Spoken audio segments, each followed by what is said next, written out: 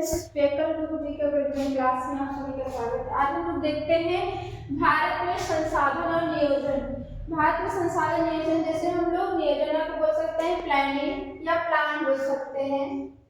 जैसे कि हम लोग कोई योजना बनाए कि मतलब कि हमें इतने, जैसे कि 9th में हम योजना बनाए कि 9th में हम कहीं डेली स्कूल नहीं गए, डेली कोचिंग नहीं गए।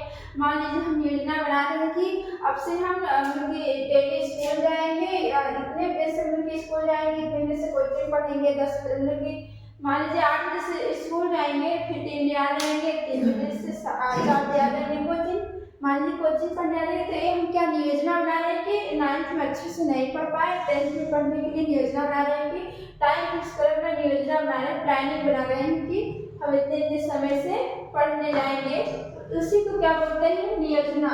आइए देखते हैं पूरे देश के विभिन्न प्रदेशों के संसाधनों, हमारे पूरे देश के जो विभिन्न प्रदेशों के संसाधनों की पहचान कर उनकी तालिका बनाना। हमारे जो देश के सभी संसाधन हैं उनको पहचान कर हम क्या बनाए, तालिका बनाए, उनकी फिगर बनाए। से उपयुक्त कौशल, टेक्नोलॉजी और संस्थागत का सही इस्तेमाल करते हुए नियोजना तैयार करें। क्योंकि हम उपयुक्त ऐसा कौशल कुछ बनाए कि टेक्नोलॉजियां लाए कि हमारे संस्थागत में सही इस्तेमाल करते हुए नियोजना तैयार हो जाए, एक अच्छी योजना बन जाए, प्लानिंग बन जाए, हमारे लिए उपयुक्त हो।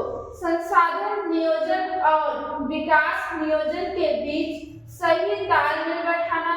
हम लोग ऐसे संसाधन की योजना बनाए कि हमारे विकास, हमारे विकास की योजना के लिए बीच में सही अच्छे से तालमेल बैठ जाए, हमारी अच्छे से बेहतरीन विकास हो संसाधन में, इसी योजना बनाना चाहिए। संसाधन का संरक्षण। संसाधन किसी भी तरह के विकास में महत्वपूर्ण भूमिका निभाते हैं, परंतु संसाधनों का विवेकहीन उपभोग और अति उपयोग के कारण कई सामाजिक, आर्थिक और पर्यावरणीय समस्याएं पैदा हो सकती हैं। अगर हम संसाधन के किसी भी तरह के विकास की महत्वपूर्ण भूमिका निभाएंगे तो हमको क्या, परंतु संसाधनों के विवेकहीन माइंडली किसी भी तरह की हमें क्या समस्या हो सकती है। जैसे कि कई सामाजिक, आर्थिक या पर्यावरणीय समस्याएं पैदा हो सकती हैं। इन समस्याओं से बचाव के लिए विभिन्न स्तरों पर संसाधनों का संरक्षण आवश्यक है। हमारे संसाधनों का इन सभी बचाव के लिए संरक्षण क्या आवश्यक है। जैसे कि भूतकाल से ही संसाधनों का संरक्षण बहुत से नेताएं और चिंतकों ने क्या हर व्यक्ति के पास आवश्यक पूर्ण है। जैसे कि ये विषय है, हर एक चिंतकों के लिए चिंता का विषय है। जैसे कि उदाहरण देखें, हमारे महात्मा गांधी जो है वो भी एक नेता है, जो कि हमारे पास, महात्मा गांधी जी ये कहे हैं कि हमारे पास हर व्यक्ति की आवश्यकता पूर्ति के लिए बहुत कुछ है। हमारे महात्मा गांधी जी ने बताया है कि हर व्यक्ति के लिए आवश्यकता पूर्ति के लिए बहुत कुछ है, लेकिन किसी के लालच की संतुष्टि के लिए नहीं है, किसी को लालच की संतुष्टि के लिए नहीं। कितना भी व्यक्ति संसाधनों का वो मिल जाए, तो कितना भी साधन मिल जाए, कितना भी हर एक चीज की उसको व्यवस्था हो जाए, लेकिन उसके लालच की संतुष्टि के लिए नहीं है।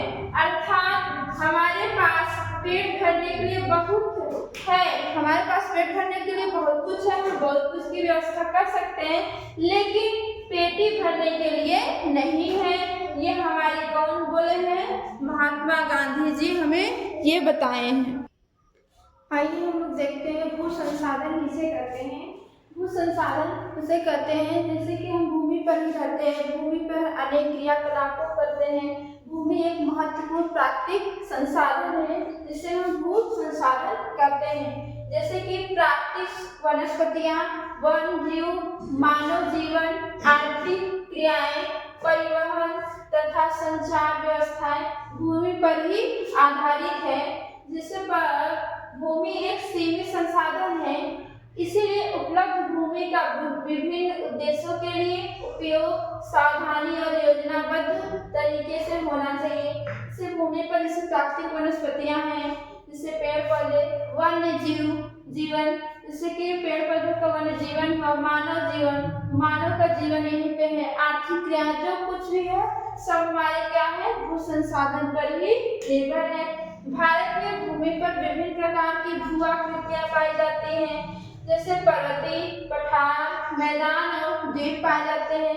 हमारे भारत में लगभग मैदानी क्षेत्र कितना है, 43%, जहाँ पर हम लोग कृषि कर सकते हैं।